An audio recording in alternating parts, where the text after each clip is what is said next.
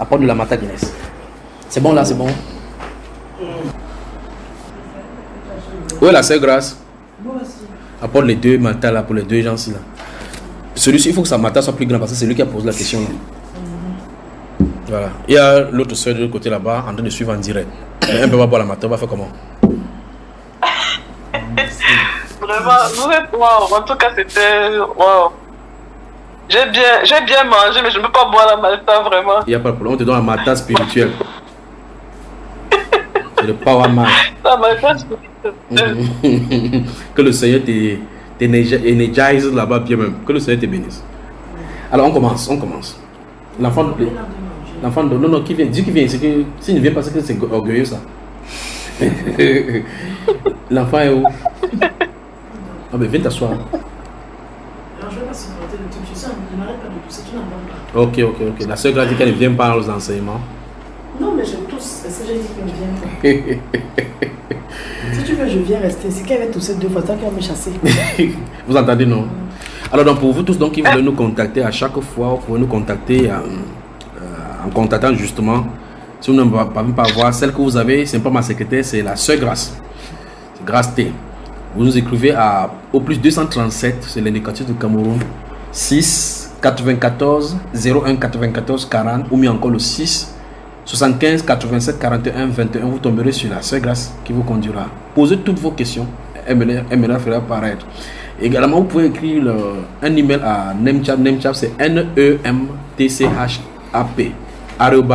@gmail.com. Ou bien également, vous pouvez encore poser un deuxième email. L'email c'est junior c'est JUNHIORS@yahoo.fr. Vous pouvez également aller sur toutes les autres plateformes concernant les enseignements. Vous avez Jésus la vie éternelle.org sur le site internet. Vous avez tous les audios là-bas. Vous pouvez les télécharger gratuitement. Posez vos questions, intervenez quand vous voulez poser les questions. Ou sur Bamba Iba sur YouTube, la chaîne YouTube. Il y en a d'autres plateformes sur VK, sur Gap, sur Odyssée. Vous avez toutes ces plateformes dans lesquelles vous pouvez réagir. Alors nous allons aborder maintenant, par la grâce du Seigneur, la deuxième partie de cet enseignement concernant l'orgueil. Est-ce qu'on peut prier?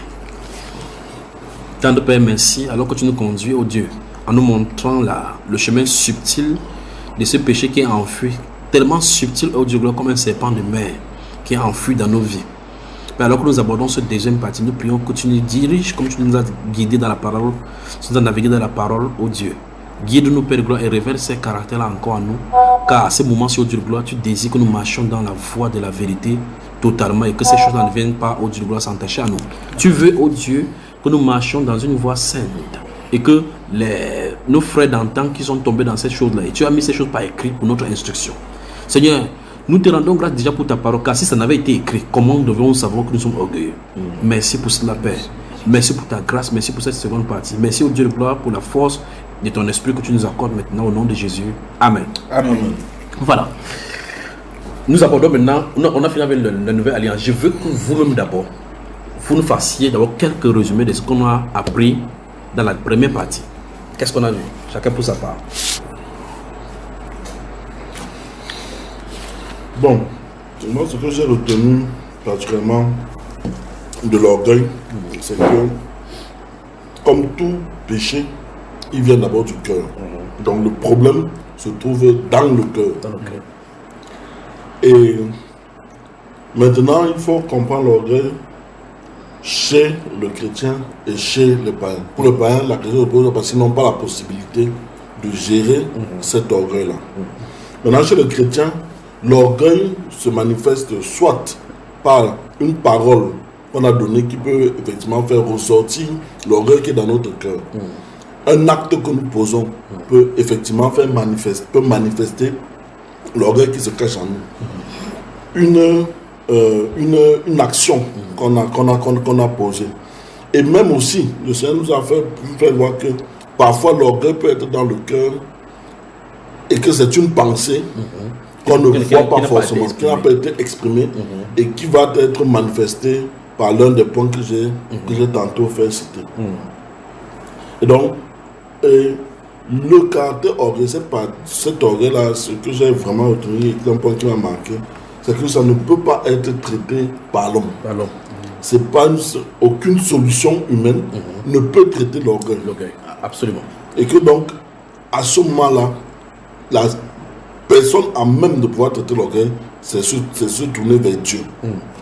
Donc, en se tournant vers Dieu, il faut savoir une chose, c'est que c'est lui qui sait comment Traiter. il va traiter. Donc, ce n'est pas à nous de chercher forcément la solution par rapport à l'orgueil. C'est Dieu qui traite selon, selon la cause et selon qui connaît. Comme un médecin traiterait une maladie. Parce que quand on va par exemple chez un médecin, quand on a un problème, c'est lui qui connaît exactement quels sont les médicaments qu'il faut appliquer pour que le problème soit réglé. Donc, c'est ça. Et un point majeur, c'est que on peut être baptisé du Saint-Esprit et continuer à avoir l'orgueil dans le cœur. Donc, c'est là les points que j'ai pu retenir jusqu'à présent. Amen. Et toi, mon frère? De mon côté également, il y a l'un des points qui m'a marqué, c'est l'exemple des Corinthiens. Oui.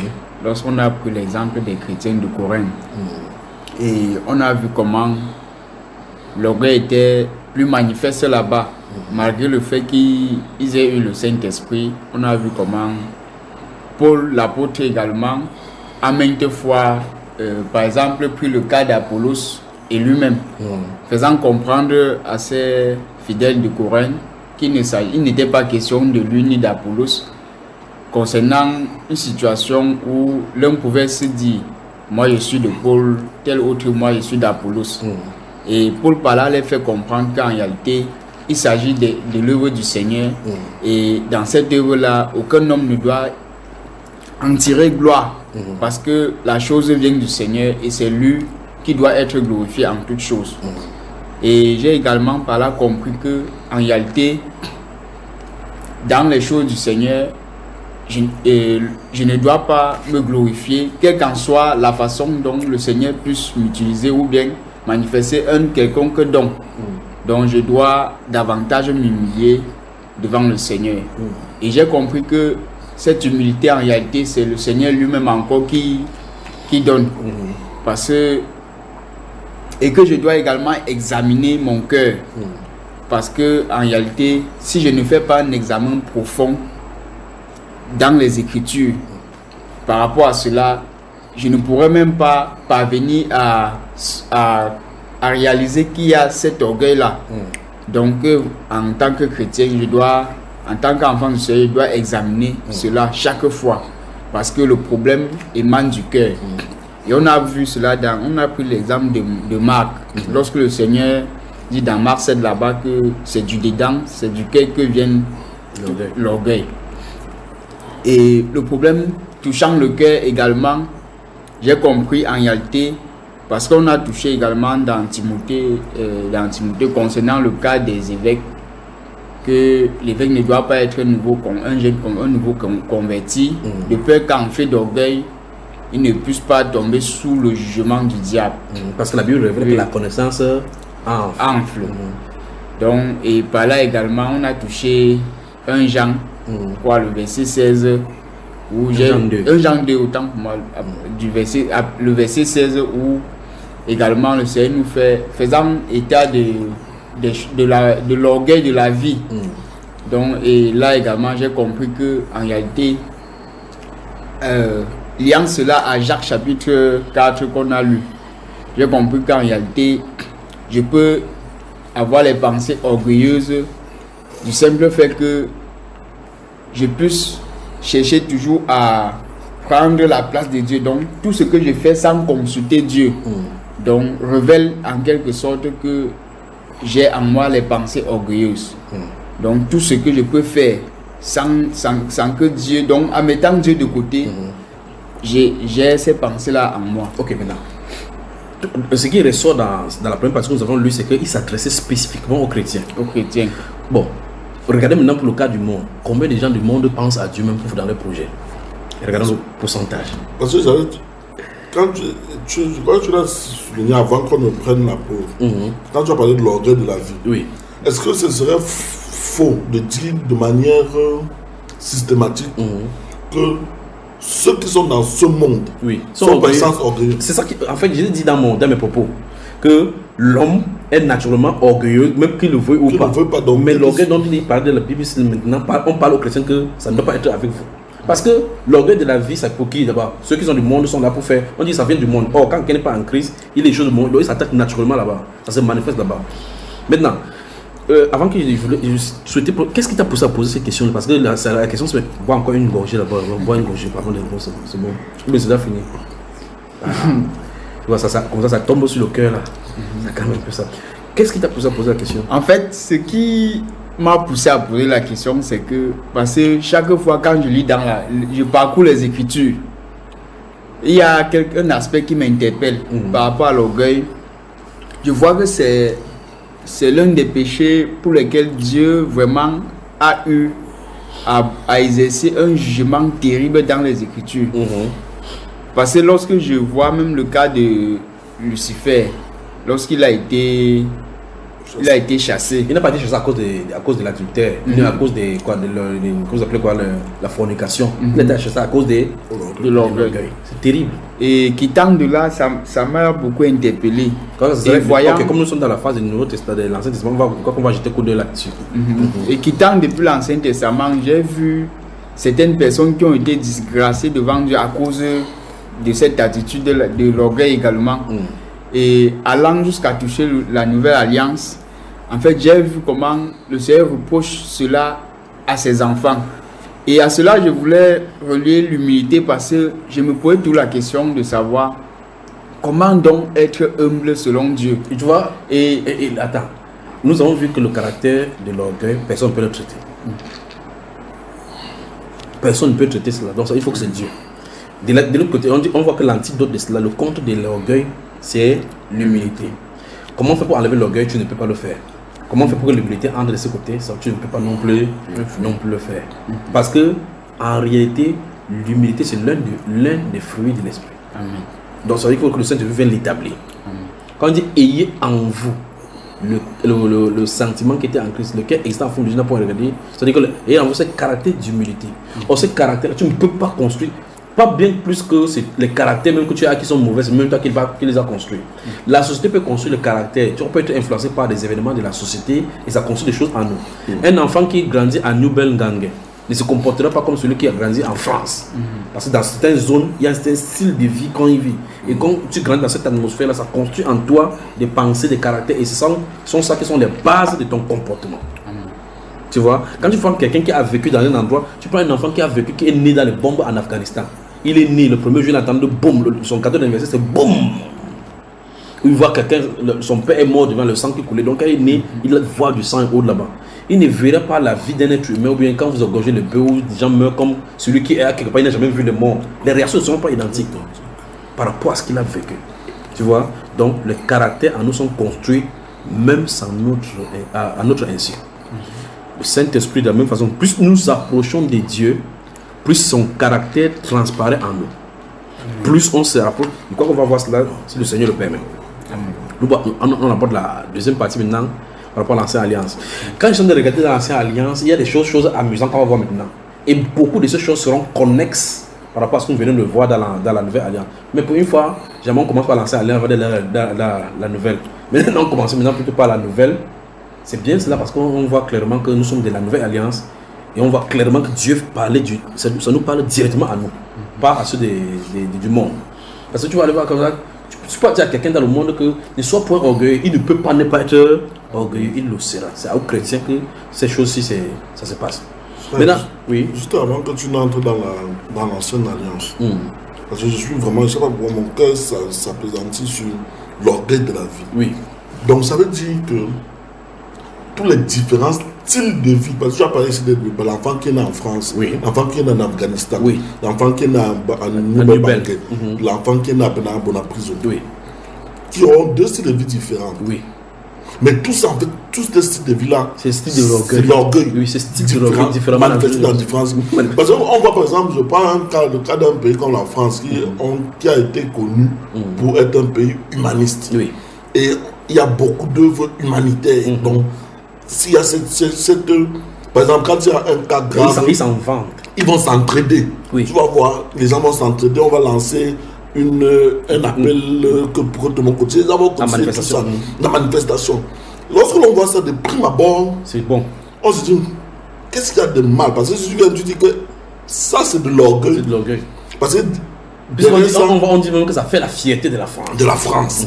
Dans les gens se sentent ils s'établent le poumon. Ils s'établent la poitrine pour dire que c'est humainement que nous faisons. C'est une manière de dire qu'en fait nous n'avons pas besoin de Dieu. Nous n'avons pas besoin de Dieu pour nous en sortir. Exactement. C'est terrible. Merci encore pour la question. D'accord.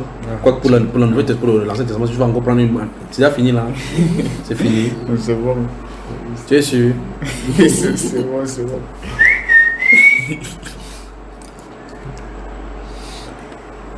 Une autre Malta. Une autre Malta. Il a encore fait du bien ici. Donc dans cette nouvelle alliance, nous allons voir encore autre chose. Et j'ai dit donc, nous allons voir beaucoup de choses nous allons y découvrir, seront connexes. D'autres choses viendront encore mettre la fondation. Quand ils sont de regarder dans l'ancienne alliance, il y a l'une des choses qui me fait rire parce que pendant que tu en as parlé, j'utilisais ça, ce qui se trouve dans l'ancienne alliance, j'utilisais ça dans la nouvelle alliance. J'ai dit de façon péremptoire comme ça. Si quelqu'un dit je suis pasteur alors qu'il n'est pas pasteur, la Bible dit qu'il est orgueilleux. On va découvrir ça tout à l'heure là. Si quelqu'un dit qu'il est pasteur alors qu'il n'est pas pasteur, il est orgueilleux. On va trouver ça tout à l'heure dans l'ancienne alliance. Maintenant, et dans l'ancienne alliance, on va voir presque 4 ou 5 points qui sont les différents points de l'orgueil. On va voir maintenant que quelqu'un peut se tromper sur ton compte, comme on a dit tout à l'heure, que quelqu'un peut transparaître comme s'il était orgueilleux alors qu'il n'en est pas. Comme le cas de Jésus, comme j'ai pris tout à l'heure, on a vu que ses paroles pouvaient laisser transparaître qu'il était orgueilleux. Donc, en réalité, c'est Dieu en réalité qui peut révéler quand quelqu'un est orgueilleux ou pas. Amen. En réalité. En vérité. Parce que si tu dis la parole, tu vois, si on donne la parole, si on prend la parole de Nebuchadnezzar, on dit, c'est-à-dire si on prend la citation de Nebuchadnezzar, on donne au quelqu'un qui n'a jamais lu la Bible, il dit, y a-t-il un péché dans cette parole-ci? Chaque personne va dire non. C'est-à-dire qu'il dit la parole de Nebuchadnezzar que nous avons lu dans Daniel chapitre 2 qui a fait office d'état question, où il a dit que Nebuchadnezzar, se promenant dans son palais, vit ses œuvres et déclara que n'ai-je pas mes mains qui ont conçu ceci? On dit, trouve le péché dans cela. Oui, les postes d'abord, il faut que merci. Si, il dit bien, écoutez-moi ce que je dis. Si on prend la cotation, on prend les citations de Nebuchadnezzar, dans ce dernier chapitre 2, là où il a se promener dans son palais, et qu'il se dit ces choses qu'il a dites là, on enlève dans ce contexte-là, on donne à quelqu'un qui a analysé et retrouvé le péché. Si on donne ça à 100 personnes qui n'ont jamais lu la Bible, parce que si on donne à quelqu'un à l'arrêt-plan de la Bible, on va savoir quel était le péché. Parce que la Bible a expliqué le péché qui s'y trouve. C'était pour dire donc que quand quelqu'un écoute de prime abord la parole de quelqu'un, on va dire ça dans les Saintes Écritures, tu peux ne pas savoir qu'en réalité il y a l'orgueil dedans. Mais quand Dieu dit qu'il y a orgueil dedans, il y a orgueil. Donc celui qui donne la définition de ce que c'est que l'orgueil. Et donc, nous allons voir donc beaucoup de personnes, comme pour le cas de Seigneur Jésus, quand on regarde ce qu'il a fait, tu peux avoir comme impression qu'il a été orgueilleux en disant que le Père agit, j'agis encore. Et il va même plus loin encore, que je vais encore faire d'autres œuvres, pour que vous soyez encore davantage étonné. N'est-ce pas, frère? Donc, quelqu'un peut se tromper sur ton compte en disant que tu es orgueilleux. C'est ce qu'on va voir. On va voir ça comme on est dans l'ancienne alliance, ce sont les choses qu'on a rencontrées. On va voir des gens et on va voir que Dieu dit que si quelqu'un refuse, s'il prêche la parole, quelqu'un n'écoute pas, il est orgueilleux. Donc voilà des choses qu'on va rencontrer dans les Saintes Écritures. Vous êtes prêts qu'on y va? Amen. Commençons par le livre de Lévitique. Merci Père. Lévitique chapitre 26. Et tout à l'heure quand nous parlions par rapport à la solution au problème de l'orgueil, on a vu que le cas de Paul l'apôtre, c'était Dieu qui avait donné la solution. Et dans mon développement, étant de dire, Dieu peut utiliser n'importe quelle façon pour amener la solution par rapport à cet orgueil-là. C'est l'une des choses, ce qui va transparaître dans le verset que nous allons lire tout à l'heure. Donc, pour montrer clairement que Dieu peut travailler le problème de l'orgueil par n'importe quel moyen. Chapitre 26. 26. Lisons les versets 18 et 19. Verset 18 et 19. Si malgré cela, vous ne m'écoutez point, oui, je vous châtierai 7 fois plus pour vos péchés. Oui. Je briserai l'orgueil de votre force. Oui. Je rendrai votre ciel comme du fer. Oui. Et votre terre comme de l'airain. Ça c'est dans ce chapitre 26 de Lévitique, quand vous lisez le chapitre 26, Dieu dit aux Juifs le comportement qu'ils doivent avoir par rapport à ce commandement. Dans ce chapitre 26, lisons le verset 1 d'abord, je vais vous montrer quelque chose. Verset 1 par rapport à l'idolâtrie. Verset 1 du chapitre 26. Oui. Vous ne vous ferez point d'idole. Oui. Vous ne vous élèverez ni image taillée, Oui. ni statue. Oui. Et vous ne placerez dans votre pays aucune pierre ornée de figure C'est terrible. pour vous prosterner devant elle, Oui. car je suis l'Éternel, votre Dieu. Mais aujourd'hui, on va faire l'inauguration des monuments. Les gens s'inclinent devant. On dit s'inclinent devant la mémoire des Maté Ponsamba. On s'incline devant les Maté. On s'incline devant les Charles de Gaulle. On s'incline. Dieu dit qu'il ne veut pas ça dans notre pays. Bon, ça c'était vrai pour Israël. Mais parce qu'il dit dans d'autres parties, il va dire qu'il a donné ça aux nations. Donc les nations peuvent le faire. Pour le cadre du pays, pour le cadre des chrétiens, ça ne nous regarde pas parce que les chrétiens ne sont pas un pays, ils ne forment pas un pays. Voilà, on est dispersés dans les nations. Mais pour le cas d'Israël, c'était une nation véritablement physique où les représentations qu'on voit dans d'autres nations ne devraient pas être dans les leurs. Donc, à la suite donc, de ces passages du chapitre 26, verset 1, il va commencer à donner les choses, comment il va bénir Israël dans le cadre de l'obéissance et qui s'y tient ferme à sa parole. Je vous ai amené au verset 18 et 19 parce que là-bas, il donne le contre de cela. Donc, premièrement, Dieu dit, si vous écoutez ma voix, il va dire, avant qu'il n'ait crié, il va répondre. Ils vont manger même la sémence, même l'autre grenier va remplir avant que l'autre grenier finisse. C'est-à-dire que la nouvelle sémence vont venir alors que l'ancien encore est encore là. Donc, Dieu parlait de, si vous êtes dans l'obéissance, il y aura de l'abondance en abondance. Donc Dieu va donner ces successions là-bas. Maintenant, en contre, il dit que si vous ne m'écoutez pas, je vais faire frapper telle chose. Vous résistez, je frappe comme ça. Vous résistez, je frappe là-bas. Et puis au verset 16, donc maintenant, verset 16, qu'est-ce qu'il dit? Le verset 16, donc, verset 19, c'est quoi ce verset 19? Je vais dire, verset 19, là, et je briserai l'orgueil de votre force. Par quoi? Comment il le fait? Je rendrai votre ciel comme du fer. Du fer. Oui. Et votre terre comme de l'airain. Comme de l'airain. Donc, regardons en haut et en bas. Quand il va continuer, il dit, quand il ferme le ciel en haut, que ça soit dur, ça suppose que sur le plan physique, vous allez atteindre la pluie ne tombera pas. Et ça ne tombe pas, forcément la terre est dure. Donc vous cultivez le sol, ça ne vous donne rien. Donc ça veut dire qu'avec les difficultés de la vie, si nous croyons fort, Dieu brise notre pour montrer que de la force là, ça ne dépend pas de toi. Voilà donc Dieu qui vient nous dire comment il résout le problème de l'orgueil. Dieu vient de nous révéler ici comment il résout le problème de quand il résiste aux orgueils. Quand on dit que Dieu résiste aux orgueils, voilà comment il fonctionne. En résistant aux orgueilleux. Donc quand quelqu'un commence à dire que c'est pas ma force que j'ai fait tes choses, Dieu dit qu'il veut briser cette force-là. Il commence à frapper de loin. Généralement, quand Dieu commence, tu ne sais pas que c'est Dieu qui est d'arriver. Tu crois que les événements arrivent de façon naturelle. Subitement, quelqu'un qui était chargé d'un bon point commence à subir de ces choses terribles.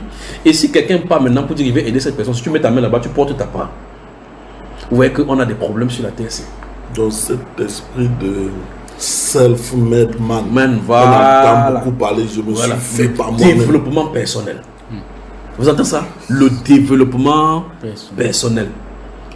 Vous savez, il y a un garçon sur le Facebook où il était le truc là-bas, c'est un noir. Il parle contre la Bible. Il y a des choses seulement que je regarde. Quand tu vois quelqu'un comme ça là, le Saint-Esprit te parle de lui, ce qui va lui arriver. Mais si je ne suis pas mettre maintenant, on va dire qu'on amène des prophéties mauvaises sur les gens. Que c'est la jalousie. Que c'est la jalousie, ainsi de suite. Tu vois, c'est quelqu'un qui est sur les questions de parler maintenant, vous allez sur quoi. Il est sur Facebook, mais quand il parle, ils appellent ça des coachs ou c'est quelque chose comme ça là. Mais il parle, il pointe du doigt contre les pasteurs et contre la Bible. Quand je dis, mais comment quelqu'un, s'il peut faire ses activités pour avoir son argent, ou avoir ses vues, pour avoir l'argent, pourquoi ne pas faire cela tranquillement, mais il vient mettre du doigt contre la Bible? Je dis à ma femme, comment un être humain peut rester chercher la malédiction sur lui? Jusqu'à ce qu'il s'adresse au pasteur, ou à la Bible, qu'on ne construit pas une nation, ou bien on ne construit pas une vie en devenant dans la prière. Ben c'est terrible. Bon, comme vous connaissez la personne, observez dans ce qui va, comment ça va arriver. Donc Dieu dit que il va fermer, il va briser la force, l'orgueil, la force de nos orgueils. Maintenant, tu dis, l'homme ici aujourd'hui moderne, subitement, c'est quelque chose qui est nouveau cette fois-ci, les choses de coach de développement personnel. Oui, ça sort comme les champignons. Les champignons, effectivement. Il y a la coach de développement personnel, coach du sport, coach de ceci, coach de ceci, coach de ceci. Et tu vois, les choses qu'ils disent sont normales pour le standard humain. C'est normal. Il faut le coach. Donc, c'est le coach de l'entrepreneuriat. Ils ont des citations. Ils ont des citations qu'ils donnent. Ils pour motiver. Il y a même un prédicateur au milieu américain, on appelle Rick Warren. Quelque chose comme ça là, où c'est Rick Joyner.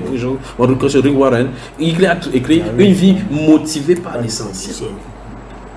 Est-ce que Christ ne doit pas être notre motivation? C'est quand même terrible. 40 jours d'études. Bon, donc vous voyez clairement que on peut, comme on parlait de l'orgueil de la vie là, il y a l'orgueil dans la vie, ça cherche preneur. Des prédicateurs de l'orgueil de la vie sont venus maintenant pour attiser ça dans l'être humain. Ils prêchent le standard du monde pour que tu sois élevé. Donc, quand tu seras chef d'entreprise, bon, quand quelqu'un organise un séminaire pour que chacun soit chef d'entreprise, si tout le monde est chef d'entreprise, qui va aller dans l'entreprise de qui? Il y a des gens qui sont faits pour travailler dans les entreprises. Tout le monde peut être chef d'entreprise. Dans ce livre de Lévitique que nous sommes en train de lire, si vous lisez le chapitre 26, là, 26 après le 27, le Seigneur dit que quand vous serez dans votre pays, si ton frère qui est parmi... Quand il lit ces choses-là dans la Bible, il dit, même Dieu lui-même, il dit que si ton frère devient pauvre et qui vient vers toi, tu vas fléchir ta main vis-à-vis de lui. Je lis ça, il pose la question à Dieu. Donc, Dieu est au courant que les gens peuvent quitter les riches à être pauvres. Et ne donne pas la solution que voici comment on fait pour se révéler pour quitter la pauvreté. Il dit qu'il va aller demander à son frère. Il dit que ton frère, tu ne dois pas, après comment on a dit, tu ne dois pas le prêter à intérêt, tu ne dois pas prendre sa couche parce que s'il va crier à toi, il va répondre. Jésus vient sur la terre, quand on commence à dire, il fallait vendre son parfum pour dire, même le parfum là ici. Laisse qu'il embaume mon cœur. Vous aurez toujours le pauvre parmi vous. En tant que quelqu'un sur la terre, il dit qu'il faut qu'on éradique la pauvreté sur la terre. Celui-ci a de lutter contre qui? Contre Dieu. Contre Dieu. Quand le Seigneur qui a créé le ciel et la terre dit que vous aurez toujours les pauvres parmi vous. Pourquoi? En amont, une fois de plus encore, on voit la volonté de Dieu. Les pauvres sont là pour que... Tu vois ça, tu vois? Le Saint-Esprit me dit qu'on a oublié que... Allons dans le Nouveau Testament. Qu'est-ce qui se passe ici? 1 Timothée chapitre 6. 1 Timothée chapitre 6. Wow. Merci Père. Des temps de dire comme ça, voici ça qui se trouve là. 1 Timothée chapitre 6. Lis le verset 17. 1 Timothée 6, le verset 17. Oui. Il est écrit là-bas. Nous voici maintenant, oui. Recommande aux riches du présent siècle de ne pas être orgueilleux. Stop. Donc on a lu toute la Bible là-bas et puis après parce qu'il vous l'a dit justement le pourquoi les pauvres sont là. Et normalement si on avait lu ça dans l'Ancien Testament, dans le Nouveau Testament, on devait plus venir ici là parce qu'en réalité tu vois que je veux dire que beaucoup de choses qu'on va lire dans l'Ancienne Alliance c'est tout dans le Nouveau. Donc nous voyons que dans l'Ancienne Alliance, donc chez les Juifs, donc il avait effectivement dit que si ton frère devient pauvre, si elle est pauvre parmi vous les indigents et les étrangers, tu ne dois pas être dur, tu ne dois pas traiter durement. Donc ça n'est quoi? Depuis la nuit des temps, Dieu a créé le pauvre, comme le prophète le dit, que Dieu a créé l'un et l'autre. Et si quelqu'un méprise dans le pauvre, il a des méprises celui qui l'a fait. Donc c'est Dieu qui a fait les pauvres pauvres. C'est vrai qu'il y a des pauvres qui sont venus par qui il y a les esprits. Mais pour quelqu'un qui est... Bon, c'est tellement plein. Il faut qu'on te donne encore Mata Guinness. Donc, Dieu a permis qu'il y ait des pauvres pour révéler notre caractère d'amour. Parce que c'est en fait, si tout le monde a besoin, s'il n'y a pas besoin de toi, il n'y a pas de manifestation de notre amour. Si on n'a pas besoin de salut, c'est qu'on ne veut pas comprendre le Dieu salut. On ne peut pas le comprendre. Comme nous avons un manque du salut, il pourvoit au salut pour qu'on adhère à lui dans sa pensée en tant comme il est Dieu qui comble le vide par rapport à notre salut. Donc il y a un manque quelque part qu'on comble. Donc Dieu a fait que l'un ait besoin de l'autre. C'est ça le plan dans l'univers, dans tous les sens du terme. Que tu le veux ou pas, l'eau qui coule quelque part, voici l'eau qui coule, ça part à la mer. Après ça se déverse là-bas, ça devient l'océan. L'océan coule, ça part dans les terres, ça devient là-bas. Donc l'eau que tu appelles océan, c'est l'océan de la mer. La mer que tu appelles là-bas, les fleuves que tu attends là-bas, ce sont les océans. Donc on ne sait pas qui est qui. Ça prend sa source où personne ne sait. Nous sommes d'accord, frère. À un moment donné, cette même eau là devient quelque part, quand ça vient dans le nord, ça devient le sel. Tu touches une eau, c'est salé. Mais on te dit que c'est cette même eau là qui part dans le continent. Bon, ça part dans le continent, le sel est parti où? Or, ça veut dire que si la salinité du sel qui était là-bas est dissous, il y a quelque chose quelque part qui fait ça pour que ça puisse arriver, pour que les gens puissent boire. Oh mon Dieu, quel Dieu nous avons servi. Donc Dieu a fait les pauvres pour que les riches qui sont là puissent partager. Et ce qu'il a dit dans ce Nouveau Testament, c'est disons encore, il dit aux riches de ce présent siècle de ne pas être orgueilleux. Donc la richesse peut te mener à l'orgueil. C'est-à-dire que tu as la richesse. On n'a pas dit que tu as fait quelque chose, mais que à cause de la richesse, tu es déjà orgueilleux. Bon, quand tu prends un pasteur, prenons le cas de pasteur qui se présente à la télévision, présente ses 7 avions. Qu'est-ce qu'il a de faire, frère? Quand il se vante de ses wealth, de sa richesse, que je suis comme ça, qu'est-ce qu'il a de faire? Et quand quelqu'un présente ça, j'ai 5-6 voitures, 8 champs, j'ai 4 avions, Dieu m'a béni. Et je vous dis que bientôt on sera à notre 6e avion. Et les gens se lèvent, ils applaudissent. Entre temps, là-bas, il y a quelqu'un qui a besoin de la pension pour fréquenter. Pour qu'il vienne voir le comité, pour qu'on lui donne l'argent pour fréquenter, tu vas passer par les assurances, passer par les comités, on va te scruter. Mais quand tu viens pour donner cet argent-là dans la poche, pour que ça parte pour contribuer à son avion, personne ne fait savoir si là où ton argent est sorti, si tu as été un braqueur, si tu as été un prostitué, on ne fait pas, on prend seulement, on met dans le poignet, on compte. Que Dieu nous vienne vraiment en aide.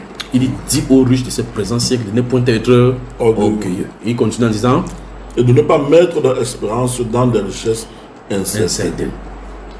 Donc les richesses incertaines peuvent rendre orgueilleux. Mais essaie de regarder les gens qui sont, qu'on les appelle les anciens riches. Quelqu'un qui fut riche à un moment donné et qui devient pauvre. Tu vas remarquer que si tu prends cette personne sans regarder la richesse, tu vois son train de vie, sa façon, son comportement quand il avait la richesse et son comportement quand il n'a pas la richesse, c'est totalement différent. C'est-à-dire que la façon qu'il se comporte vis-à-vis de son semblable, quand il est différent, quand il est riche, et la façon qu'il se comporte maintenant, il ne peut pas être le même. Il y a des riches, il ne peut pas aller dans un quartier, dans un quartier, même quand il donne son argent, il baisse la fenêtre, il te tend l'argent, il te lance peut-être au sol. Maintenant, tu vois le farouta, quelqu'un se faroute, il faut ça, il faut ça. Quand il prend l'argent au milieu des gens, il faut ça. C'est pour faire quoi? Qu'on sait qu'il est riche. D'autres font ça en mettant le cigare à côté, comme ça là. Il ne fume même pas, il ne s'est même pas allumé. Mais il met le cigare à côté de sa bouche. Il a mis comme ça, les gens sont le pain, ils marchent, on a de l'arrêt, c'est son truc de derrière, les gars du corps partout. C'est quoi ça, frère? L'orgueil de la vie. Ça, c'est le sommet. Pourquoi tu parles de ça? Parce que ça faisait même partie de mes questions, mais je me rends compte que ça rentre dedans. Oui. Ça rentre dans l'orgueil de manière générale. Ces jours-ci, il y a un homme qui est mort, un homme politique qui est mort, très connu en Afrique, qu'on appelle le garçon d'or. Ceux qui vont le reconnaître, ils vont le reconnaître. Et sa mort apparemment a touché beaucoup de personnes parce qu'il apparemment était connu pour quelqu'un qui faisait beaucoup d'œuvres sociales. Dès que tu as besoin, tu l'appelais. Et il y a je suivais ça hier, qui m'a marqué. Il disait comment est-ce que Dieu peut-il rappeler ou prendre quelqu'un à qui les mamans qu'il a aidé disent tout le temps que Dieu te bénisse. Mais c'est quel genre de bénédiction alors que Dieu ne donnerait pas à ce monsieur, parce que pour lui il ne comprendrait pas que comment avec tant de personnes qui ont dit que Dieu te bénisse, que Dieu te bénisse, que Dieu te bénisse, que Dieu te bénisse, aujourd'hui le voilà qui est en train de partir, d'autant plus que alors qu'il a beaucoup de bouches qui le bénissent. Il y a beaucoup de bouches qui le bénissent. C'est ça, en temps de fond, oui. En temps de fond. Donc, quand j'ai écouté ça, je me suis posé la question de savoir. Surtout qu'on connaît la vie de ce monsieur-là. Il était le chef de la loge maçonnique de son pays, avec tout ce que cela peut comporter. Je me suis posé dans la question de savoir, quand j'ai écouté ça, quand on dit Dieu te bénisse là, qu'est-ce que ça veut concrètement dire? Et est-ce que Dieu donc bénirait ou bénit une personne dont la source de revenus n'est pas normale, n'est pas dans ses mains? Ok. Au moment où tout le monde dit que Dieu te bénisse, Dieu te bénisse, que Dieu te bénisse, parce qu'il a fait apparemment énormément de bien aux gens. Et la source de ses revenus, pour une bonne partie, n'est pas claire, n'est pas dans les voies normales. Ok. Ouvrons la Bible. Proverbe. Alors, tu vas lire dans Proverbe, et puis je vais lire, quand tu vas lire, il va parler. Proverbe chapitre 20.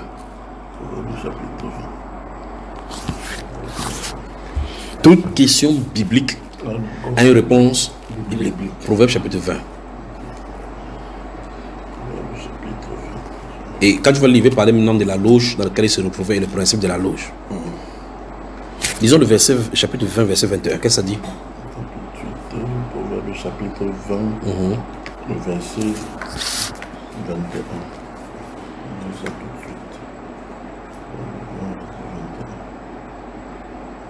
Il est écrit dans Proverbe 20, verset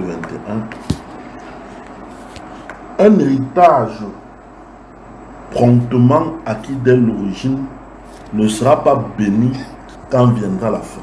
Ok. Qu'est-ce que ça dit là? Un héritage promptement acquis.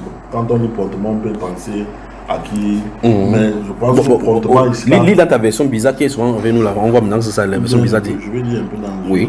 Dans la version un peu celui qui va.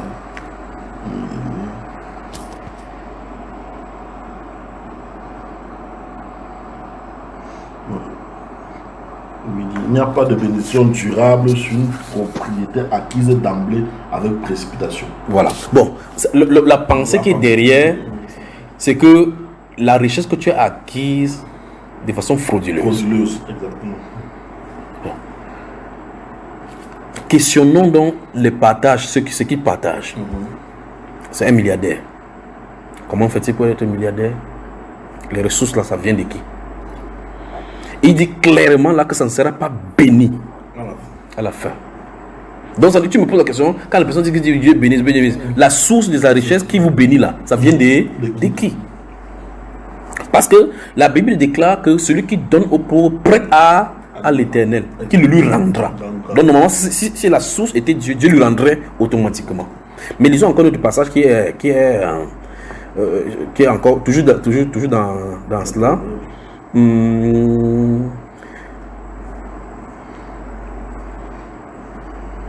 Chapitre 16. Lisons le verset 19 du chapitre 16. Qu'est-ce que ça dit? Mieux vaut, verset 19, n'est-ce pas? Chapitre 16. Okay. Mieux vaut être humble avec les humbles que de partager le butin avec les orgueilleux. C'est moi qui ai écrit ça. Hein? Ok. Maintenant, allons au chapitre 29.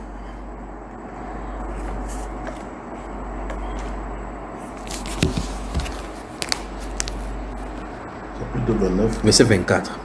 Verset 24. Comment tu ris? Comment tu ris? Comment tu ris, c'est moi? Celui qui partage avec un voleur est ennemi de son âme. Tu vois, il entend la malédiction et il ne déclare rien. Donc ce n'est pas le fait que quelqu'un va dire que Dieu t'est béni, que Dieu t'est béni. Quel Dieu d'abord qui va nous bénir? Celui-là, il est sous quelle onction? Il a fait alliance avec quelle divinité? Il est le grand maître de la franc-maçonnerie. Pas vrai? Si. Bon, maintenant, on les appelle les bien-aimés frères. Et l'un des grands thèmes qu'ils lisent dans la Bible, ils lisent le livre des Jean. Le livre des 1 Jean.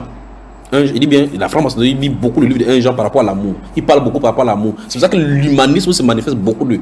Il parle de caractère amour qu'il faut manifester.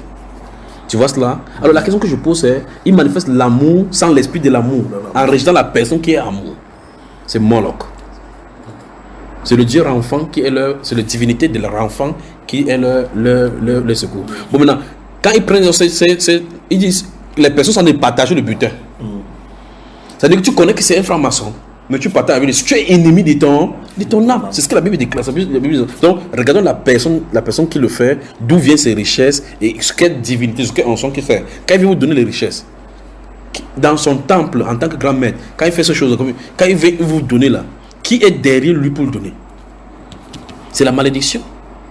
C'est vrai qu'on ne salue pas le mémoire des gens, mais il faut quand même dire la vérité. On parle de Pierre ici, on a parlé de Paul, ce qu'il a fait, on a parlé de Jean, ce qu'il a fait, mais notre modèle ici, on ne dit pas qu'on ne parle pas de gens, on dit qu'au Dieu de quelqu'un ne parle pas. Les gens, on a parlé de Moïse jusqu'à quitter ça, non? On a parlé de Corée ici, là, on a fini avec lui. On a parlé de Paul, on a parlé de tous les gens là. Mais, donc répondons à ceci. Si quelqu'un veut faire les choses avec Satan, il dit que Satan te bénisse, il laisse le Dieu dedans. Si c'est pour Dieu, Dieu dit clairement qu'on ne doit pas partager le butin avec le voleur. On est d'accord, n'est-ce pas? Voilà, que Dieu vous bénisse. Amen. Continuons-nous. Donc, j'étais au niveau, parce qu'on a lu 1 Timothée chapitre 6, verset 17, où il a dit que Dieu au riche de ses présences, c'est le dernier point autre orgueilleux. On voit clairement que posséder la richesse peut pousser à l'orgueil. Sinon, pour cela que quand tu regardes bien, tu vois les enfants des pauvres et les enfants des riches, quand ils sont à l'école, l'orgueil commence à manifester dans les enfants. L'enfant reste à distance, il ne peut pas lire avec le... Oh, que Dieu nous fait en aide. Que l'enfant de l'autre ne peut pas jouer avec l'enfant parce qu'ils ne sont pas de même classe sociale. Vous voyez les films comme Isaora ou tous les autres trucs là, on dit, où tu vois un prince quelque part et dans une maison riche est tombé amoureux d'une petite pembèche à l'extérieur et que la famille ne veut pas parce qu'elle est... vice-versa, que ce soit l'homme ou la femme, on dit les familles d'une pauvre. Nous sommes d'une famille noble. On ne peut pas accepter des gens comme ça là. Par orgueil, on ne veut pas de pauvres au milieu. Vous avez des films d'amour là, non? Ok. Continuons, nous rentrons dans l'Ancienne Alliance. Donc, ce qui transparaît dans Lévitique chapitre 26, là où nous avons commencé, Dieu nous a révélé qu'il a les façons pour briser notre orgueil. Il les brise par les circonstances. Et pour le cas d'espèce, il a dit clairement qu'il va fermer le ciel au-dessus d'eux et la terre en dessous. C'est pour dire quoi? C'est pour dire, si tu comptes sur la terre pour avoir des choses, comme tu dis que c'est toi qui sèmes que ça marche là, sème alors on voit. Comme tu comptes sur la pluie, que non, j'ai la pluie en abondance, j'ai l'eau en abondance, quand il va fermer le ciel et que ça ne va pas tomber dans la pluie, faire alors que ça marche alors. En termes de spirituel, quand vous allez crier, ça ne va pas répondre, il parle maintenant de la réponse à la prière, il va fermer, de ne pas donner accès à la prière. Amen. Amen. Donc nous avons vu clairement ici que Dieu peut résoudre le problème d'orgueil par les circonstances. C'est ce qui transparaît là-bas. Par les circonstances. C'est terrible. On ne doit pas fonctionner hors de Dieu. On ne doit pas... Vous avez entendu ces paroles de l'Écriture dans le livre du Nombre. Vous saurez ce que c'est qu'être privé de ma présence. Comment un être humain peut vivre sans Dieu? Comment? Deutéronome. Que Dieu vraiment vous bénisse. Dieu bénisse. Je me sens à l'aise. C'est le meilleur moment de ma vie. Dieu le sait. Le meilleur moment. Partagez la parole. Deutéronome chapitre 17. Versets 12 et 13. On va lire par deux fois là-bas. Dieu va parler de l'orgueil et la solution. L'homme qui, par orgueil, n'écoutera pas le sacrificateur placé là pour servir l'Éternel ton Dieu, ou qui n'écoutera pas le juge, cet homme sera puni de mort. Tu ôteras ainsi le mal du milieu d'Israël, afin que tout le peuple entende et craigne, et qu'il ne se livre plus à l'orgueil. Wonderful. Donc, ça c'est le Nouveau, c'est pas le Nouveau Testament, non? C'est qu'on vient de lire là, dans le Nouveau Testament, ça se trouve exactement par rapport au principe de l'autorité aux jeunes gens, que la Bible parle aux jeunes gens qu'on ne devait pas se livrer à l'orgueil. Oui. Donc ici la Bible nous dit que l'homme qui par orgueil n'écoutera pas. Donc tu dis que je ne l'écoute pas, il m'en fout de lui. Il dit que c'est par orgueil que tu le fais. Et il dit que le sacrificateur qui est placé, le sacrificateur est placé. Je crois qu'on a vu pour le cas de Corée, j'ai donné l'exemple tout à l'heure. C'est Moïse qui a été placé pour parler. Pourquoi c'est seulement lui qui doit écouter? Je peux aller chez Dieu moi-même sans le faire. Il dit l'homme qui par orgueil n'écoutera pas le sacrificateur qui sera placé là, par orgueil. Et Dieu dit que il va faire telle chose pour que les enfants d'Israël apprennent à craindre, qu'ils ne soient plus orgueilleux. Donc on peut être orgueilleux en refusant d'écouter un serviteur du Seigneur. C'est terrible. Alors sur cette base-là, écoutons bien maintenant. Combien d'entre les chrétiens sont allés sur YouTube et des plateformes chrétiennes, ou bien encore des multimédias que nous avons aujourd'hui, ont été influencés par ce qu'on a dit d'un ou d'un autre serviteur de Dieu, et qu'ils ont refusé que je ne l'écoute pas parce que, alors qu'il a été établi. Vous voyez le problème, n'est-ce pas? Donc quand quelqu'un dit que je ne l'écoute pas, je n'écoute pas telle personne, c'est un orgueil. Alors c'est ce qu'on vient de découvrir là maintenant. Amen. Amen. On continue à déceler. Il dit l'homme qui par orgueil. 1 Samuel chapitre 17.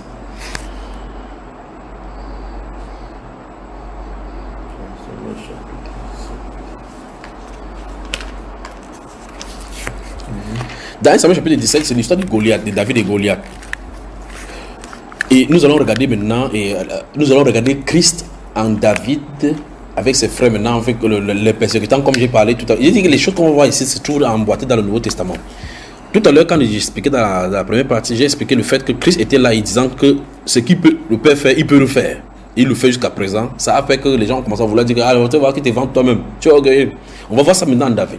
Et on va voir, c'est pour ça qu'il dit dans Antoine de fond ici tout à l'heure, j'ai dit, quelqu'un peut avoir une image de toi, croyant que tu es orgueilleux. Suivons-le maintenant. Au chapitre 17, donc, Goliath va terroriser pendant plus de 40 jours les peuples juifs et vont demander finalement, Dieu va faire qu'on envoie David sur la scène du combat. Suivons-le jusqu'au verset 28. Allons-y. Verset 28. Oui. Quand son frère va voir Eliab, il croit que c'est Eliab qui est là-bas. Eliab, son frère aîné, qu'il avait entendu parler à ces hommes, fut enflammé de colère contre David. Et il dit, pourquoi es-tu descendu et à qui as-tu laissé ce peu de brebis dans le désert? Je connais ton orgueil et la malice de ton cœur. C'est pour voir la bataille que tu es descendu. Bon, allons-y maintenant doucement, on va poser la question. J'ai dit tout à l'heure là que on peut vouloir faire quelque chose, mais on a de combattre Dieu. En toi de fond, en amont, qui a envoyé David sur la scène? Clairement, c'est le Seigneur. Celui qui de vouloir faire comme ça, qui quitte la scène de Dieu, la scène de combat, avec des définitions même qui est même biblique. Il a donné quelque chose qui est bien. Tu es censé subir la brebis, les brebis. Tu laisses ça comme ça, les lions vont finalement manger cela. Maintenant comme les brebis sont là-bas, si ça mange, maintenant il n'y a pas de problème. Son entraînement est fini. Mais celui-ci qui est le grand frère, le frère aîné, dit que je connais la malice de ton cœur. Vrai, la Bible nous révèle qu'il a laissé tromper. Donc tu peux te tromper sur le compte de quelqu'un.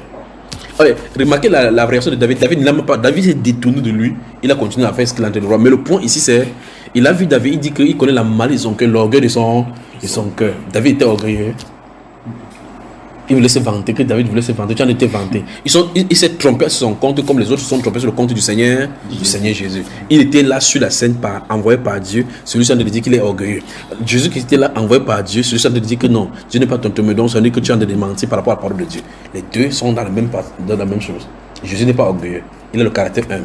Et David, lui, n'était pas orgueilleux. Il était envoyé par Dieu. Amen. Que Dieu nous vienne en aide. Dans le chapitre, dans 2 Samuel maintenant, allons dans 2 Samuel, on va voir maintenant comment Dieu va, quel style de peuple Dieu sauve. Chapitre 22, verset 28, rapidement, et puis on avance. 2 Samuel. Chapitre 22, verset 28.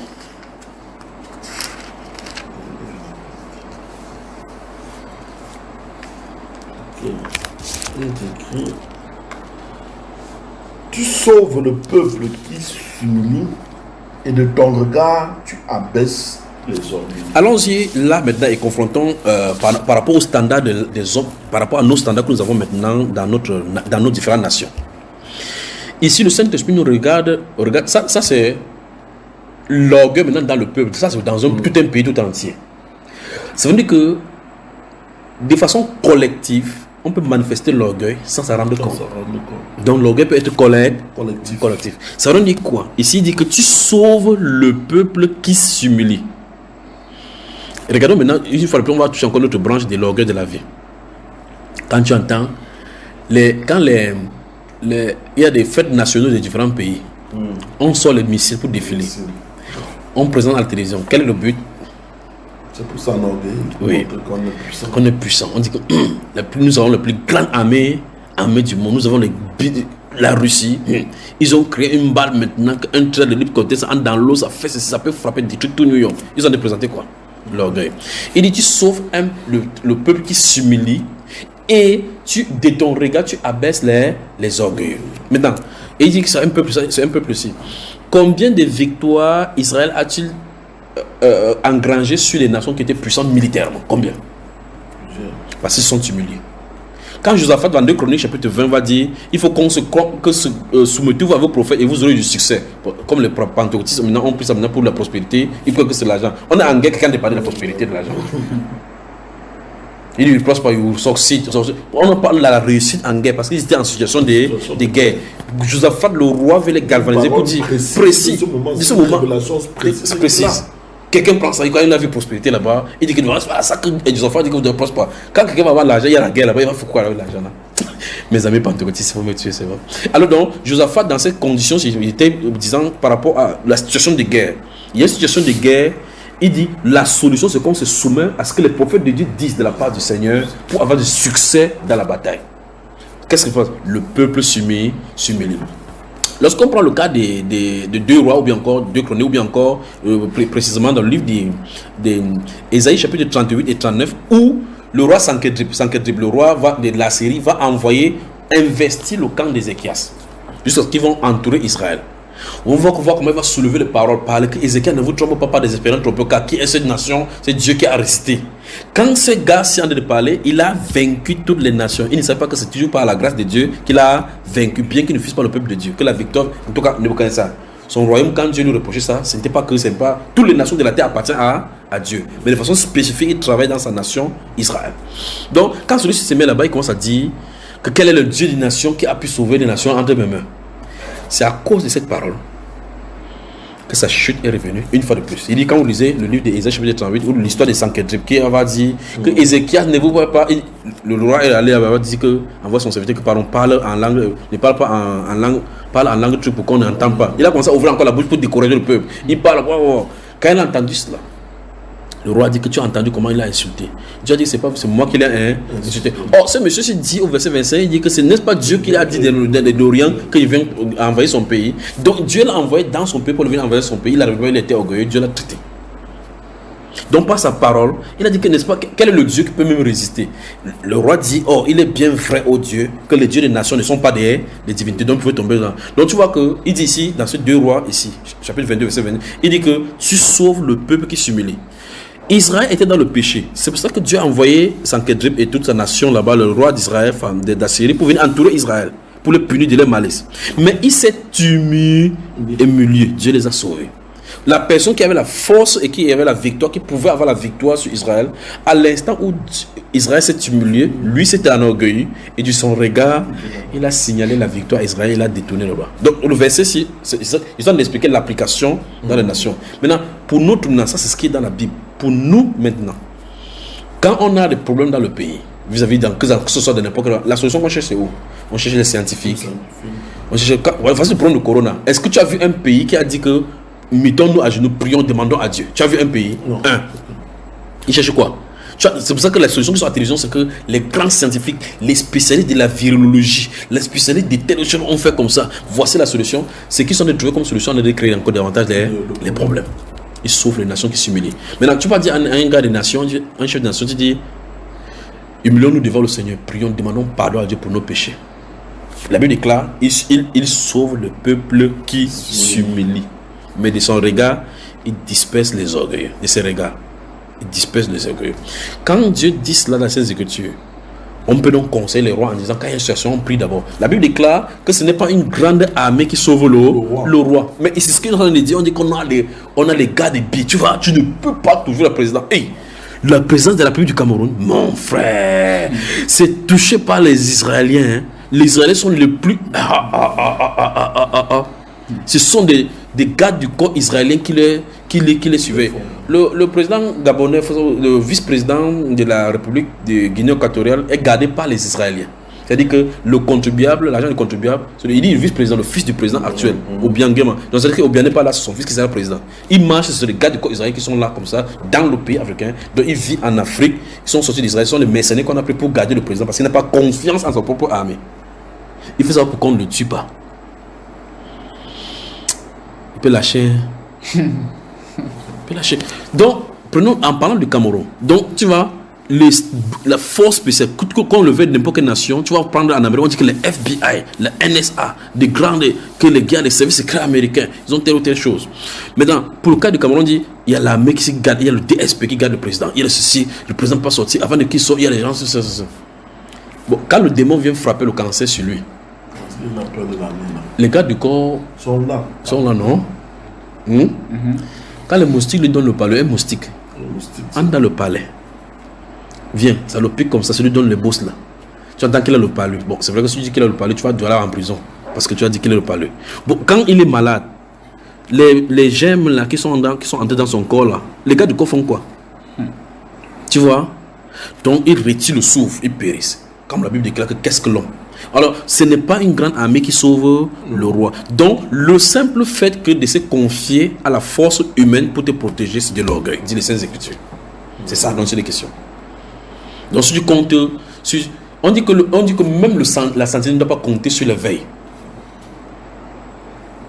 C'est pour ça que j'avais vu un militaire qui avait publié quelque chose et puis quelqu'un lui a répondu. Ça m'a beaucoup plu par la réponse que la personne lui a donnée. Donc, il a pris le truc des billes avec les armes. Il sait comment il est équipé comme ça, soldat en guerre. Il dit que vous pouvez dormir tranquille, nous veillons. Tu vois, suivez les paroles qui peuvent être comme si c'était des paroles simples, mais des terribles pour attirer le truc. Donc, il veut dire, vous les Camerounais, soyons calmes, tranquilles, ayez confiance. Nous, les billes, nous veillons sur vous. Si le Seigneur ne garde celui qui... garde en vain. C'est pas ça, frère? Amen. C'est ça. C'est terrible. Israël est là-bas comme ça, à la tête d'Israël, entouré des ennemis, non? Bon, avant qu'il n'y ait des trucs de bars anti-chats et tout le truc, quand Israël vivait là-bas, qu'il n'y a pas de cette technologie, comment on faisait pour qu'ils gagnent la guerre? Pourquoi on ne veut pas pourquoi les pays arabes ne viennent pas les envahir pour les détruire de la carte? L'ancien Mohamed Medjaou, c'est qui? L'ancien président iranien, le guide iranien, avait dit qu'il faut qu'on détruise de la carte, non? Premier ministre iranien. Ouais. Il a fini son ministère, il est parti, il a détruit Israël de la carte. Non. Qu'est-ce qui protège Israël? Mais il dit qu'il va tout autour de lui, il va construire un feu tout autour de lui. Ils sont la prune de ses yeux. Donc aussi vrai que les ennemis sont tout autour, aussi Dieu veille. Donc ce n'est pas les anti-chats ou bien quoi que ce soit qui gardent Israël. Alors, si un peuple se confie à Dieu, il dit, la Bible déclare heureux dans le peuple dont le Dieu est. Donc, autrement dit, tout peuple qui se soumet à son armée en disant que c'est l'armée, comment on se confie, que ce soit de façon particulière ou que c'est celui qui me garde, à cet instant, la Bible déclare que tu es orgueilleux. Ok. On peut continuer. Amen. Que Dieu nous vienne en aide. Maintenant, 1 Roi chapitre 1, lisons ça, l'autre c'est amusant. J'ai dit ça tout à l'heure en parlant plutôt de pasteur. Lisons, regardons ça, vous-même vous voyez comment c'est amusant. 1 Roi. Chapitre 1. Tu y es mon frère? Oui, 1 Roi chapitre 1. Quel verset? Verset 5 seulement. Adoni. Adonijah, fils de Haggith, se laissa emporter par l'orgueil jusqu'à dire, c'est moi qui serai roi. Et il se procura un char et des cavaliers et 50 hommes qui couraient devant lui. Oui. Bon. C'est quelqu'un dit qu'il est le président élu. Mais vous avez fait dire des choses ici. Bon. Il y a des choses. Si il parle, vous allez dire que je suis en train de parler. Donc, mes raisons, c'est Alléluia avec le pasteur. Donc, le pasteur. Parce qu'ici, on a parlé de roi, c'est même pas le pasteur, pas vrai? Donc, on dit qu'il se procura. Ça veut dire que il était dans ses pensées de roi au point où il s'est mis dans les conditions dont il y a des rois. Mais on parle de l'orgueil ici parce que lorsqu'il s'est proclamé déjà roi, il était orgueilleux. Il dit qu'Adonijah se livra à l'orgueil jusqu'à dire qu'il était roi. Donc, comme il a dit qu'il était roi, ça montre clairement qu'il était orgueilleux. Il dit comme ça, il y a un autre roi. Hein. Donc, défier l'autorité, c'est être orgueilleux. Mais tu vois que la personne qui peut défier l'autorité peut défier avec des arguments convaincants, en étant simple, en étant bien. Tu peux être instrument, un grand professeur même de droit, mais la Bible dit que tu es orgueilleux. Suivez bien mon regard. En tout cas, vous êtes responsable de ce que vous entendez. Je suis responsable de ce que je suis en train de dire.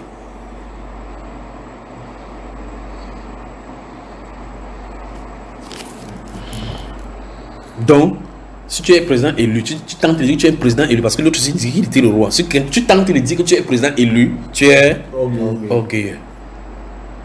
Et ça a tout son sens, parce que quelqu'un va prendre va prendre l'histoire de Saül, de David, dire que bon, Saül était certes roi, mais Dieu l'avait déjà rejeté. Non, ceci n'a rien à voir. Non, mais jusque-là, David n'a jamais dit cela. Il n'a jamais dit que je suis roi. Tu vois cela? Exactement. Voilà. Donc il n'a jamais dit cela. Il avait été roi, il savait que c'était lui qui deviendrait roi, mais il n'a jamais dit ça. Il s'est jamais levé, il a attendu que Dieu fasse ce qu'il a fait. 2 Chroniques. Que le Seigneur nous vienne en aide. Que le président élu, président. Et en fonction, on est en train de les gens remarquent bien qu'il a tout. On dit qu'il s'est procuré 50 chats. Tu peux avoir des gardes de côte, tu roules partout. Ah, je veux tuer sur les foules. Adonijah. Chapitre 32, verset 26. Je crois que l'histoire, si j'ai raconté tout à l'heure avec Josaphat et j'ai rendu pour Ézéchias. Disons rapidement, on passe du chapitre 32 d'Ézéchias. Alors, Ézéchias, du sein de son orgueil, s'humilia avec les habitants de Jérusalem, et la colère de l'Éternel ne vint pas sur eux pendant la vie d'Ézéchias. Donc ça vient de rejoindre 2 Samuel chapitre 22, verset 28 que nous venons de lire, qui sauve un peuple qui s'humilie. Pourquoi nos nations ne peuvent pas faire ça maintenant? Et il y avait une colère sur le peuple. On dit Ézéchias le roi, il a pris l'initiative d'amener le peuple dans la repentance, la voie de la repentance. Il dit Dieu a détourné sa colère et ce n'est pas venu pendant la vie d'Ézéchias.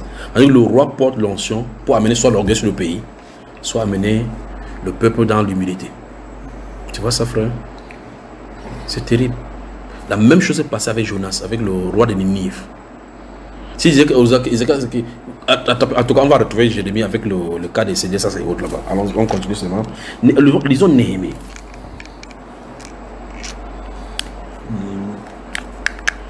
Chapitre 9, les versets 16 et puis les versets 29. On connaît dans l'histoire de Néhémie, mais disons rapidement ce que celui verset, chapitre 9. verset 16 et verset 29.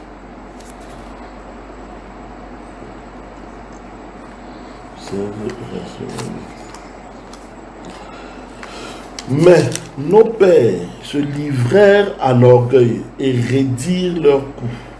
Ils n'écoutèrent point tes commandements. Chapitre 29.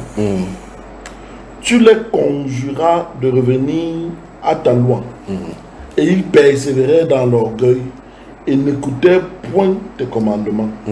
Ils péchèrent contre tes ordonnances qui font vivre celui qui les met en pratique. Il eut une épaule rebelle. Il rédit leur coup et il n'obéit pas. Donc, résister à la parole de Dieu et ne pas écouter, c'est de l'orgueil. C'est ce qu'il donc il venait se rendre compte que c'est à cause de cet orgueil-ci qu'ils sont allés en captivité.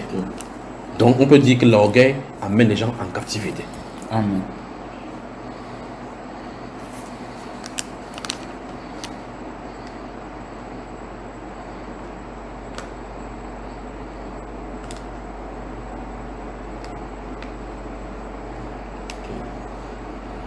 On y va.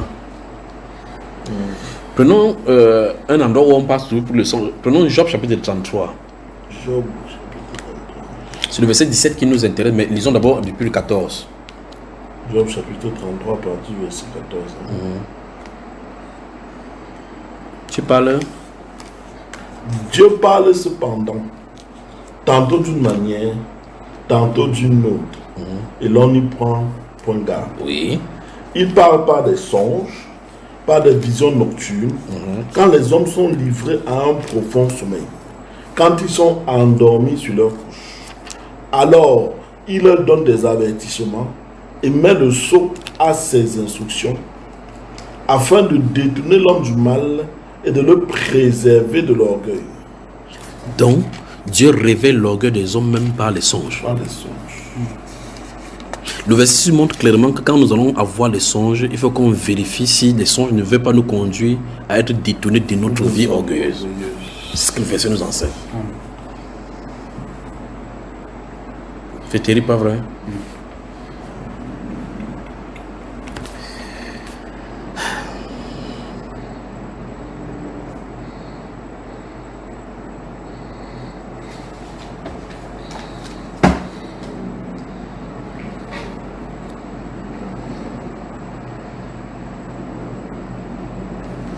On y va. Prenons le psaume 73, versets 4, 5 et 6.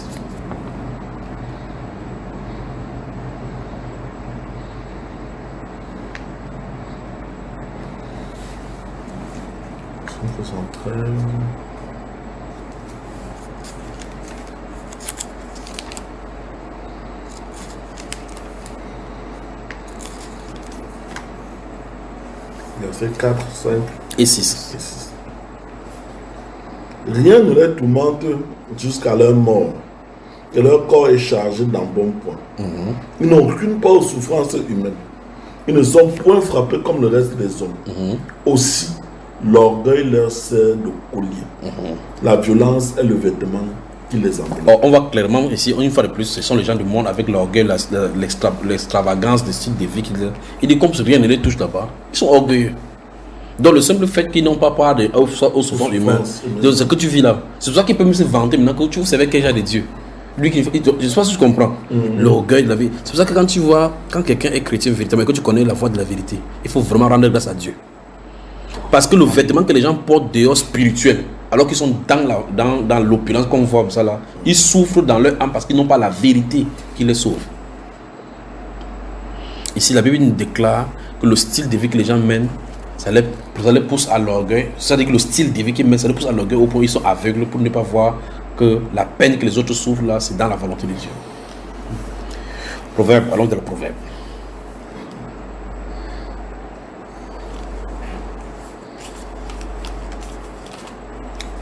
On va faire quelques verbes. Chapitre 13, lisons d'abord Irion. Bon, nous gardons à l'esprit que nous regardons aux chrétiens, aux muraux chrétiens. Et en supposant par exemple que les chrétiens ont des problèmes. Lisons le verset 10 du chapitre 13, voir. Verset 10 du chapitre 13 du Proverbe. C'est seulement par orgueil qu'on excite des querelles. Mais la sagesse est avec ceux qui écoutent les conseils. Voilà. Donc, relis un peu et puis tu nous expliques ce que toi tu viens de voir par rapport au querelle. C'est seulement par orgueil qu'on excite des querelles. Mais la sagesse est avec ceux qui écoutent les conseils. Donc ça veut dire que les querelles sont... Ou bien, les querelles sont les causes... C'est les conséquences de l'orgueil. Donc, si tu vois quelqu'un qui a excité les querelles parmi les gens, il est orgueilleux. Donc, pour savoir si tu es orgueilleux, quand tu regardes que tu crées des problèmes aux gens, c'est que tu es orgueilleux. C'est pour ça que dans le livre de David, tu vas voir effectivement qu'il va beaucoup prier contre les orgueilleux. Que les orgueilleux crissent les forces devant moi. Ne permet pas au Dieu gloire qu'ils tombent dans les railleries des orgueilleux. C'est méchant, c'est maudit. Maintenant, relions ce passage du chapitre 13, verset 10 au chapitre 28, verset 25. Chapitre 28. C'est merveilleux la Bible. Chapitre 28, verset 25.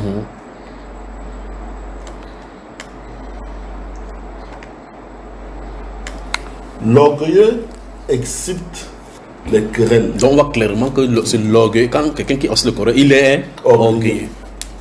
Ça veut dire que quoi concrètement? Arrêtez, nous avons ici un péché qui a beaucoup de manifestations. Donc tu vas voir quelqu'un qui va mettre la main dans la poche et dit il se vante de ses biens. On dit qu'il est orgueilleux. Lui il a des péchés, il dit à quelqu'un que tu excites tout le cœur. Lui il est orgueilleux. Entre temps quelqu'un là on parle de Dieu, il ne veut pas répondre, on dit qu'il est orgueilleux. Tu vois quelqu'un qui a ces visions-là tranquillement, et qu'on a parlé de ces visions-là, il est orgueilleux. Wonderful. Donc, l'orgueil a plusieurs branches. Donc, tu peux être orgueilleux dans ta dimension. L'autre est orgueilleux dans sa dimension. Votre orgueil ne se ressemble pas, mais c'est de l'orgueil. Amen. Dit l'orgueil excite des querelles. Qu'on continue. Allons dans le livre du prophète Isaïe.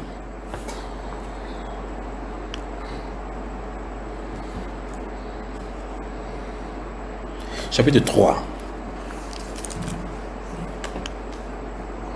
Chapitre 3, verset 16.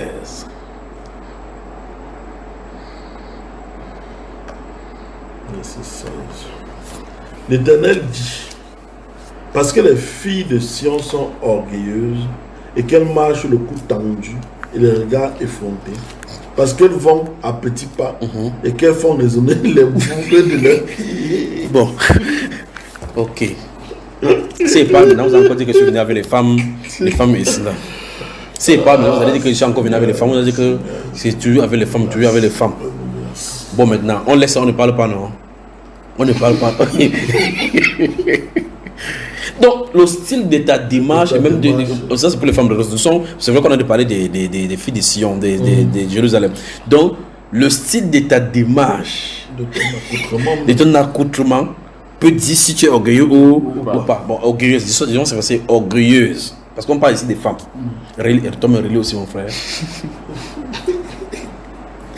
L'Éternel dit, parce que les filles de Sion sont orgueilleuses, oui, et qu'elles marchent le cou tendu, oui, et les regards effrontés. Bon, quand tu regardes cela et puis on prend laissons les filles de Sion et mettons ça sur le tableau d'un truc de mode, de défilé de mode.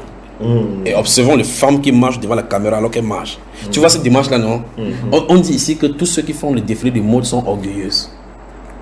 N'est-ce pas, frère? Amen. Continue la lecture. Parce qu'elles vont à petits pas et qu'elles font résonner les boucles de leurs pieds. Le Seigneur rendra chauve le sommet de la tête des filles de Sion. Ok. Bon. Que Dieu nous bénisse. Ne parlons pas des femmes. Donc,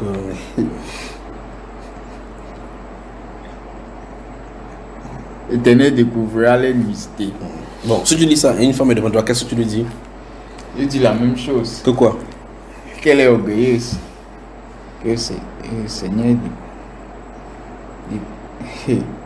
Et comment? Alors dans le livre des prophètes Jérémie. On va finir maintenant, je vais faire un récapitulatif. Jérémie, on y va. Jérémie. Chapitre 43. Chapitre 43. Quel verset? Lisons le verset 1 et 2. Lorsque Jérémie eut achevé de dire à tout le peuple toutes les paroles de l'Éternel, leur Dieu, toutes ces paroles que l'Éternel, leur Dieu, l'avait chargé de leur dire. Azaria, fils d'Osée, Jochanan, fils de Cariac, et tous ces hommes orgueilleux dirent à Jérémie, tu dis un mensonge.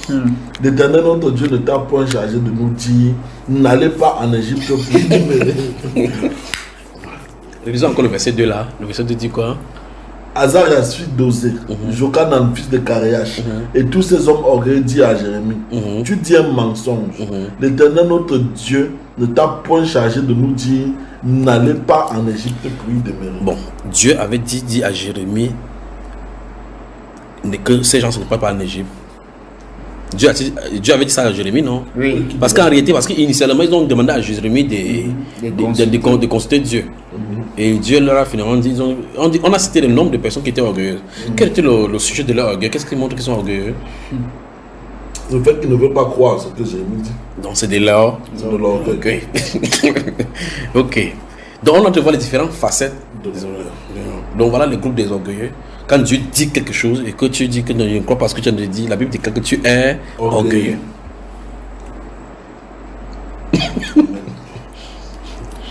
Ézéchiel, allons dans le prophète d'Ézéchiel, cette fois-ci.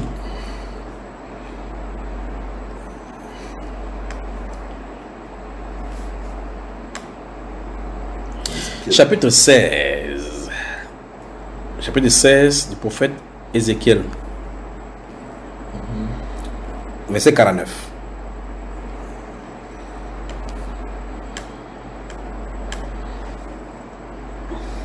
Verset 49 du chapitre 16. Voici quel a été le crime de Sodome, ta sœur. Oui. Elle avait de l'orgueil. Elle vivait dans l'abondance. Oui. Et dans une insouciante sécurité. Oui. Elle et ses filles et elle ne soutenaient pas la main du malheureux Oui. et de l'indigent. Donc, quelqu'un qui vit, il a l'abondance, vit dans l'opulence et qui ne soutient pas, ne regarde pas le pauvre à côté de lui. La Bible lui déclare qu'elle est comment? Orgueilleux. N'est-ce pas toi qui as posé la question? N'est-ce pas la réponse que la Bible donne? Donc toute question biblique a une réponse biblique. C'est terrible.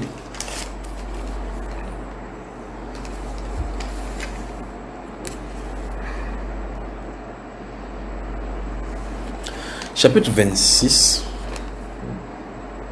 Il pense même à Moses choisi comme ça, parce que si on continue, on est à 23h13 ici. Donc, on ne prenait pas. Chapitre 26 d'Ézéchiel, verset 11.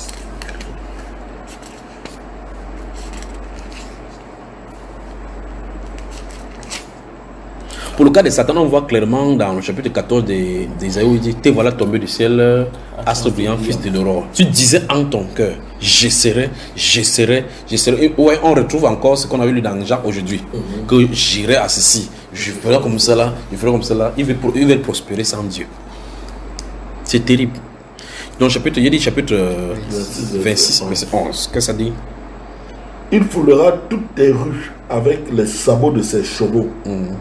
Il tuera ton peuple par l'épée, et les monuments de ton orgueil tomberont à terre. Le quoi? Les monuments de ton orgueil. Donc, on parle ici d'une troupe de l'armée qui va entrer dans la ville. Et quelque chose va tomber par terre. Et ces choses-là donnent ces choses, initialement, quelque chose qui donne la fierté. Si on parle par exemple en France, qu'est-ce qui est l'orgueil de la France? La tour Eiffel. Donc il y a des symboles dans la vie pour montrer que le pays est orgueilleux. Dieu appelle ça les monuments. La place de la réunification, le monument de la réunification. C'est pourquoi? C'est pour se souvenir que le Cameroun était désuni et puis on a unifié. Oui. Tu vois cela? La tour Eiffel. Frère, tu es à la Paris, tu peux apparaître sans passer par la tour Eiffel. La tour Eiffel, on va se filmer sur les tas de fer. Ok. Donc, le monument de l'orgueil. Donc, l'extériorisation, pour montrer que le peuple est collectivement dans l'orgueil, ils extériorisent ça par ce qu'ils mettent là-bas qui fait leur orgueil. C'est ça que les gens viennent se filmer. Se filment que voici l'orgueil. Donc, tu vois que c'est l'objet de leur dévotion, l'objet de leur adoration, ce qui fait leur fierté. De temps en temps, si ça se détruit, on dit que voici c'est le symbole. Quand la tour de World Trade Center est tombée, c'est l'orgueil de l'Amérique qui a été frappé. Parce que dans n'importe quel film qu'on montrait, tu voyais cela, ça transparaissait là-bas. On a dit qu'on va frapper là-bas. Et Dieu dit clairement qu'il va entrer, il va fouler le pied, il va frapper dans votre monument, qui est le tour de votre orgueil. Que Dieu nous vienne en aide, d'accord, frère? Amen. Amos chapitre 6.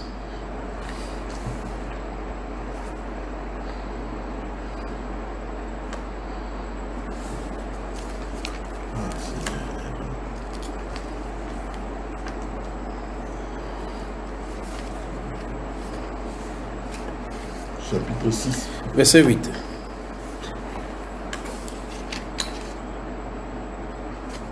Le Seigneur, l'Éternel, l'a juré par lui-même. L'Éternel, le Dieu des armées, a dit: j'ai en horreur l'orgueil de Jacob, et je hais ses palais. Je livrerai la ville et tout ce qu'elle renferme.